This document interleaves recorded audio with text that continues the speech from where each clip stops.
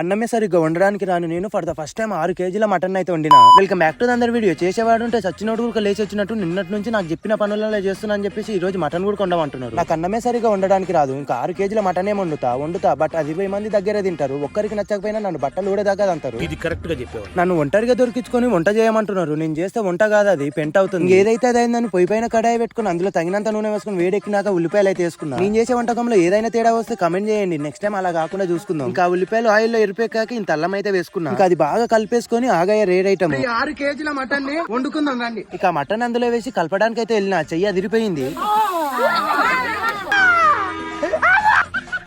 అందుకే పెద్దలు ఏం తెలియకుండా చెయ్యొద్దు అనేది. చేతులుగా నాకు ఆకులు పట్టుకుంటే ఏం లాభం. మా అమ్మకు మాత్రం ఫుల్ హ్యాపీ నేను వంట వండుతున్నాను. అన్న కొడుకు ఇంత కష్టపడుతుంటే కడ్డి పట్టుకుని అట్లుంటది మనతో. ఇక నైస్ గా కారం వేసుకొని ముక్కకు కారం పట్టేలా ఉడికించుకున్నా. ఇక లాస్ట్ లో తగినంత మసాలాలు వేసుకొని దించుకున్నా. కూర స్మెల్ మాత్రం మామూలుగా రావట్లేదు. ఈ వీడియో నచ్చినట్టయితే లైక్ చేసి, ఇన్స్టాల్ అయితే ఫాలో కండి, యూట్యూబ్ లో అయితే సబ్స్క్రైబ్ చేసుకుని ఉంటా. మరి లవ్ యూ.